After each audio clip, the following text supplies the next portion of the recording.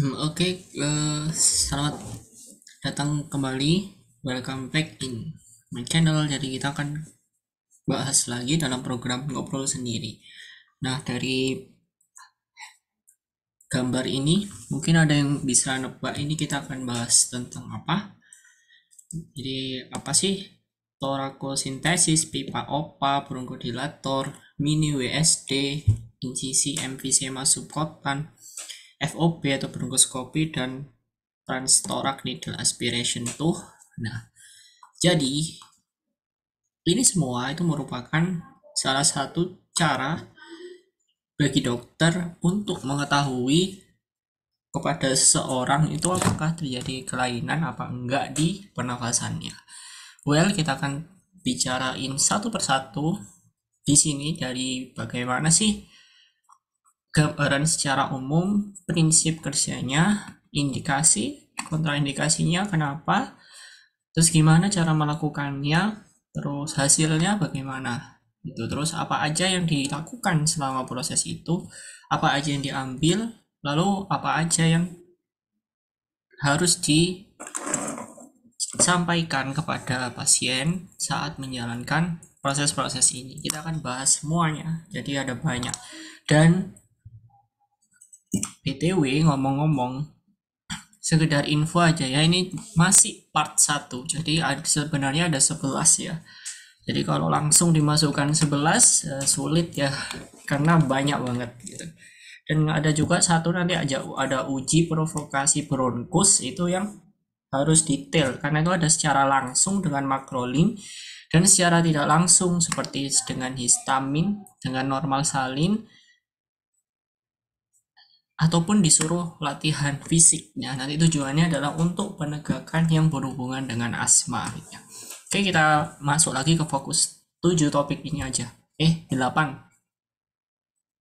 Tuh 2 3 4 5 6 7. Oh, 7 ya. Jadi 7 fokus topik ini aja. Oke, langsung aja, gak usah lama-lama. Kita masuk ke topik yang pertama, yaitu torakosintesis. Torakosintesis itu intinya adalah memasukkan jarum ke ruangan pleura untuk mengambil cairan. Biasanya cairannya berwarna merah, putih, atau kuning. Loh, ini terjadinya di apa toh? Ini terjadi pada kondisi efusi pleura. Ini dimasukkan.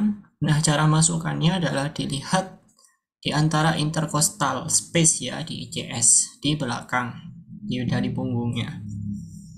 Dan jadi misalkan untuk proof suntikan itu juga harus dilihat berdasarkan panduan dari CT scan atau foto toraknya. Jadi nggak bisa ngawur ya, langsung tancap-tancap itu nggak bisa ngawur ya, nanti bisa terjadi pendarahan di situ. Nah kalau jadi pertama itu diraba dulu, ada tulang salah satu interkostal ya, di tulang os costae itu kalau misalkan dapat. Nah, terus diraba lagi atasnya.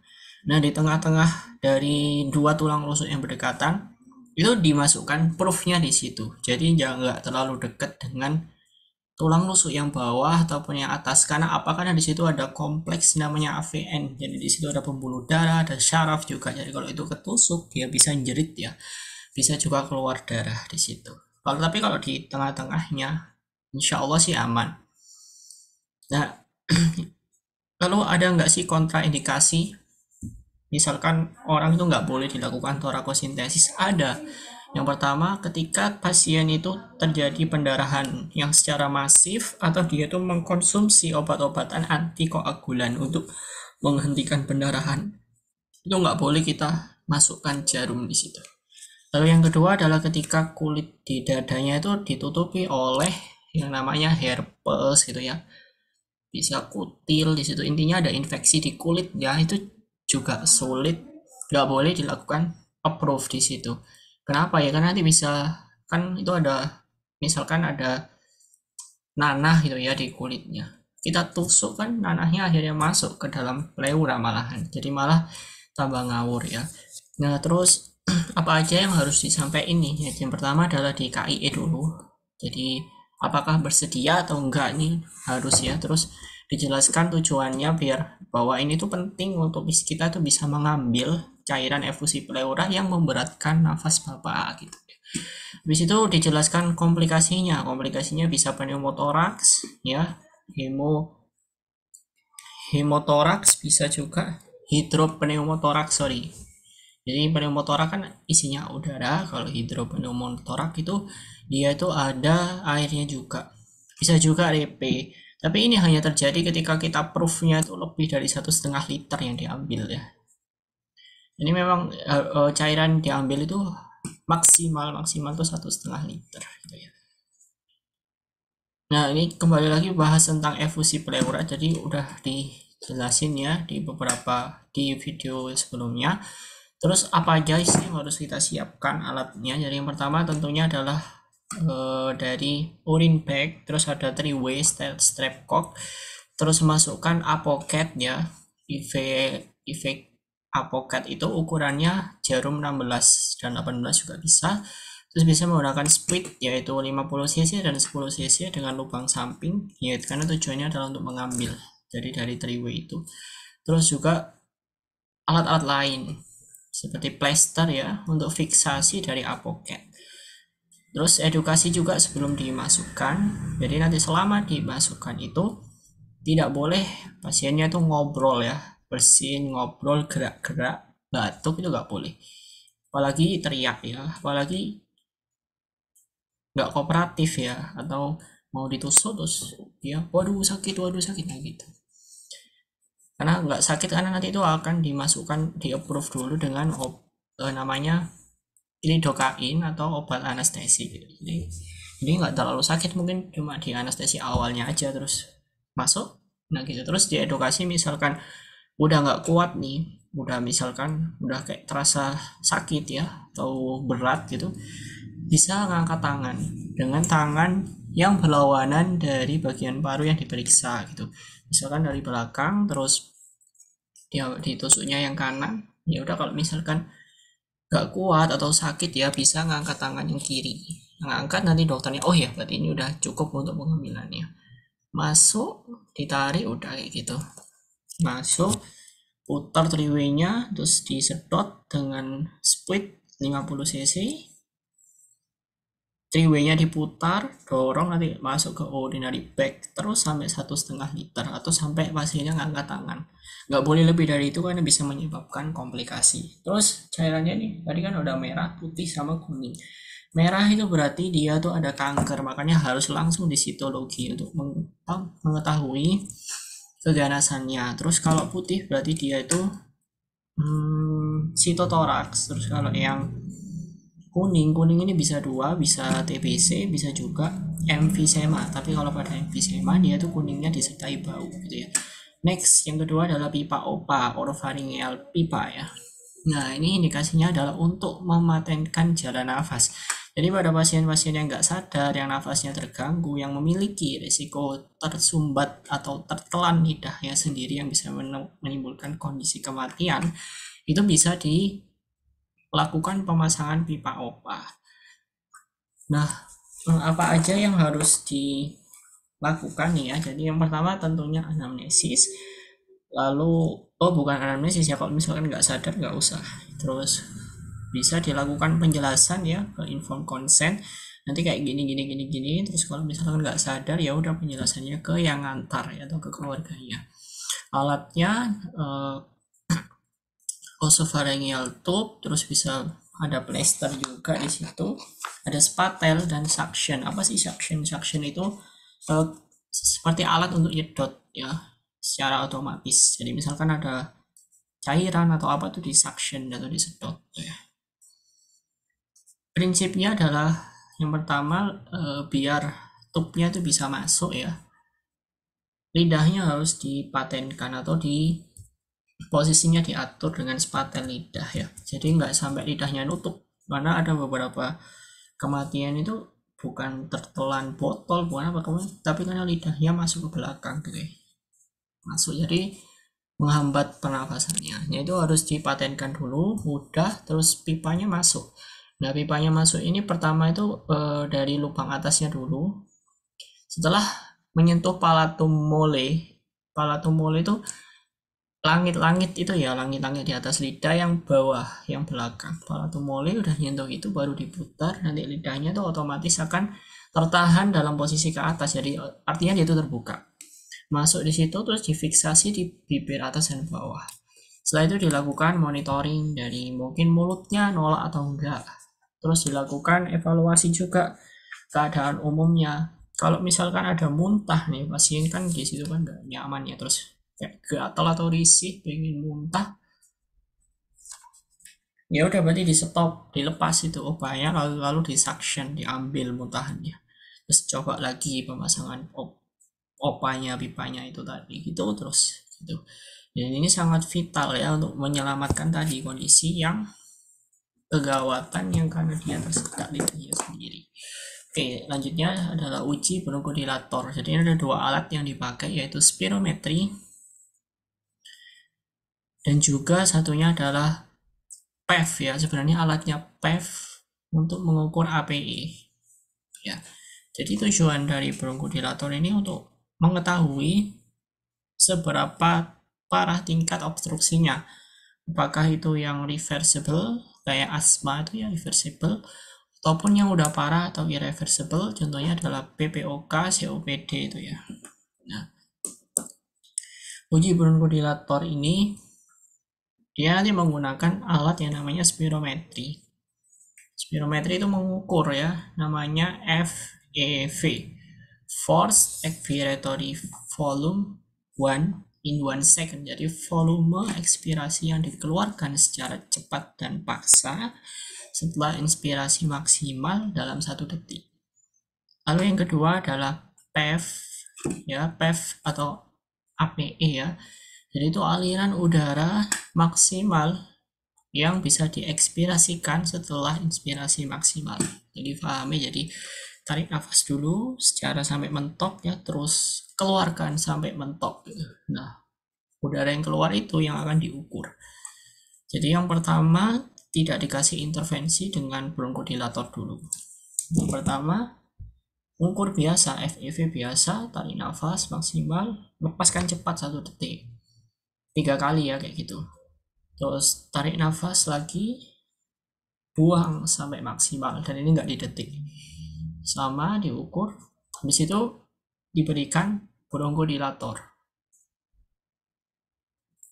Kasih itu bronkodilator, bisa langsung yang inhalasinya kerja secara langsung maupun melalui semprotan ya, 4x2 sprayer. Biasanya pakai 4x2 itu, terus ditunggu 15 menit.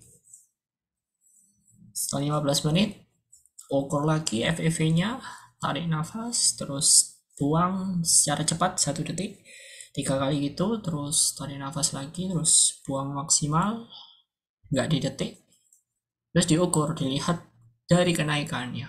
Dikatakan dia itu reversible, artinya dia itu ada asma, kan logikanya berarti kan sebelumnya kan sesek, terus sudah dikasih bronkodilator, ya udah pelong, harusnya volumenya naik. Nah, terjadi kenaikannya adalah 200 mili untuk FEV-nya atau sekitar 12%. Terus kalau dari PEV-nya udara maksimalnya yang bisa dikeluarkan tadi itu kenaikannya adalah 20% dari sebelum diberikan intervensi bronkodilator. Nah, itu hasil dari uji bronkodilator. Lanjut mini WSD. Nah, mini WSD ini biasanya adalah chest needle, jadi jarum yang ditusukkan di dada. Tujuannya adalah untuk pada penyakit-penyakit, contohnya adalah pneumotoraks dan penyakit-penyakit contohnya efusif pleura yang masif. Jadi udah banyak di situ. Ciri-cirinya apa kalau terjadi tadi pneumotoraks dan efusif pleura yang masif? Tentu yang pertama adalah dyspnea atau sesak nafas nih. Terus nyeri dada atau karena pleura jadi nyeri pleuritik ya saat tarik nafas ataupun saat batuk. Terus keseimbangan hemodinamiknya itu terganggu, terjadi respiratory stress. Keseimbangan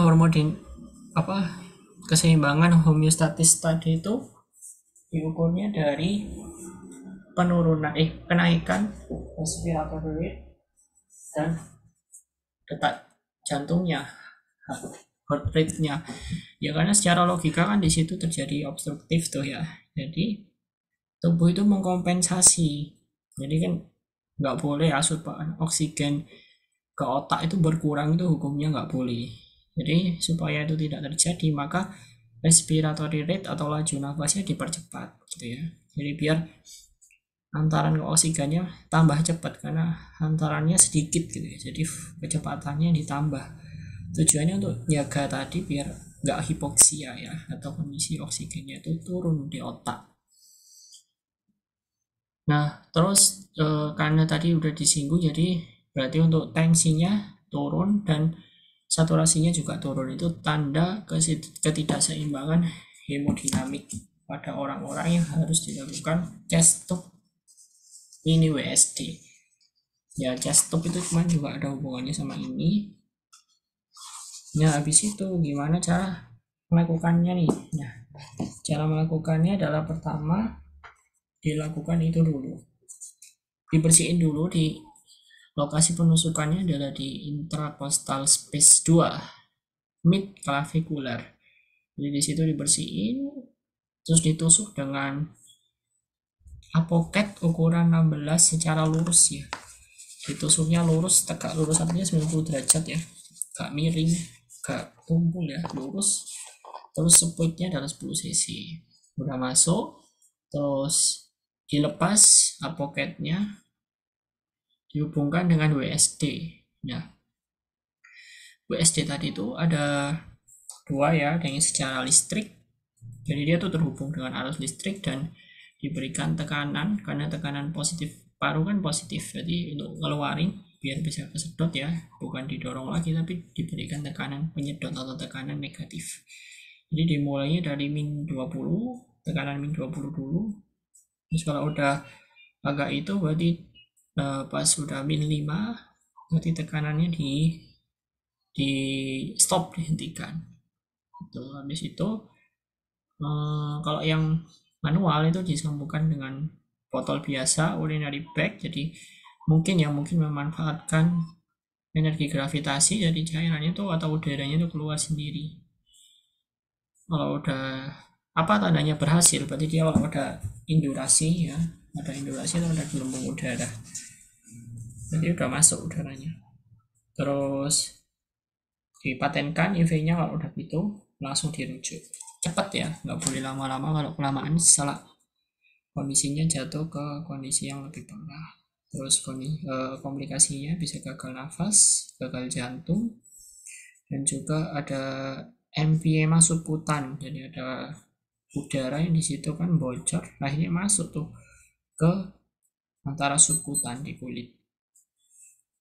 Nah komplikasi inilah nanti akan ditangani selanjutnya dalam insisi emphysema subkutan. Ini sebenarnya udah jarang ya, karena sulit dan beresiko. Nah ini ada grade-nya ada grade 1, grade 2, grade 3, grade 4.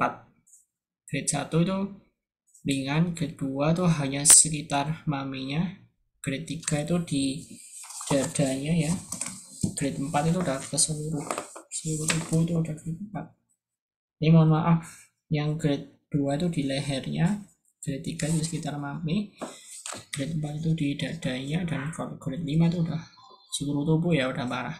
Terus gimana cara melakukannya adalah dengan disayat kecil atau diinsisi ya, disayat kecil. Jadi sebelumnya itu diaseptik dulu, dibersihkan dulu, terus masukkan injeksi ya, lidokain biar enggak sakit-sakit amat, terus disilat, diinsisi namanya, diinsisi tipis 1-2 cm secara subkuten aja. Jadi kan tujuannya untuk ngeluarin udara ya, bukan mencabut nyawa, jadi dikeluarin udara, nanti udaranya keluar.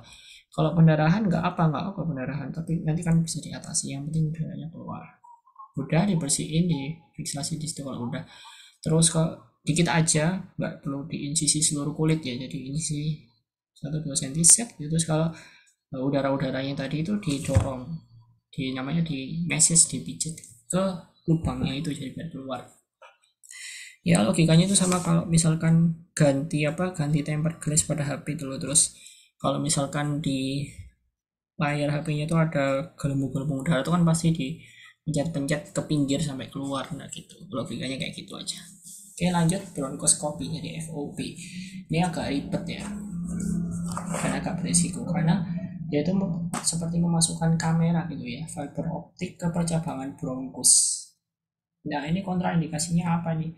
Nah kontraindikasinya itu ketika orang itu ada gangguan paru atau jantung yang berat, terus KU-nya menurun, kesadaran umumnya menurun, bisa karena demam parah, atau bisa karena hipoksia. Hipoksia itu kadar oksigennya kurang dari 60% ya. Ada hiperkarbi, biasanya temannya hipoksia itu hiperkarbi atau kadar CO2-nya lebih.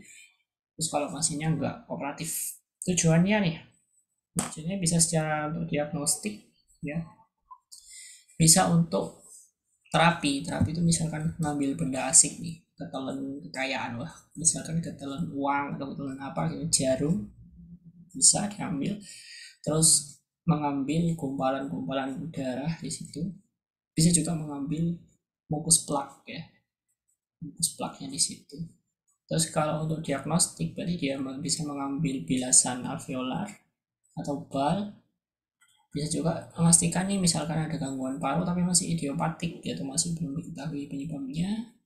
Foto torak nih kok aneh ya, tapi kok dia nggak bisa mastiin kenapa. Nah, masih idiopatik itu ya udah di bronkoskopi aja FOP gitu ya. Kemarin juga ada beberapa penyakit yang dia tuh indikasinya adalah FOP. Di situ mungkin untuk menilai percabangannya gimana, misalkan kok masih sesek gitu, itu bisa. Terus bisa juga untuk pneumotorak ketika parunya itu nggak seimbang. Nah karena ini operasi yang berisiko ya, jadi sebelum dilakukan operasi itu ribet, maksudnya disiapkannya secara ribet. Jadi pertama harus di CT dulu, di CT scan yang terbaru, jadi nggak ngawur ya masukinnya nanti. Terus di ronsen juga yang terbaru. Terus dari fungsi jantungnya cek EKG, harus seimbang, stabil ya, nggak boleh naik turun itu nggak, harus stabil. Terus cek fungsi parunya gimana, homeostatis fungsi faalnya gimana, cek kapasitas parunya harus lebih dari 1000. Pasiennya juga puasa, harus puasa 8 jam. Nanti dikasih kodein untuk meredam nyeri, kasih bronkodilator dulu, jadi ya biar agak lunak dikit lah, jadi nggak koras gitu ya, kayak ngerok gitu enggak, karena itu nanti membuang-buang waktu juga. Terus berhubungan dengan efek sedasinya itu juga, atau biusnya itu ya, sedasi itu bius. Terus dikasih juga kalau ada pendarahan, stop dulu pendarahannya, nggak boleh ada pendarahan terus masuk itu nggak boleh gitu.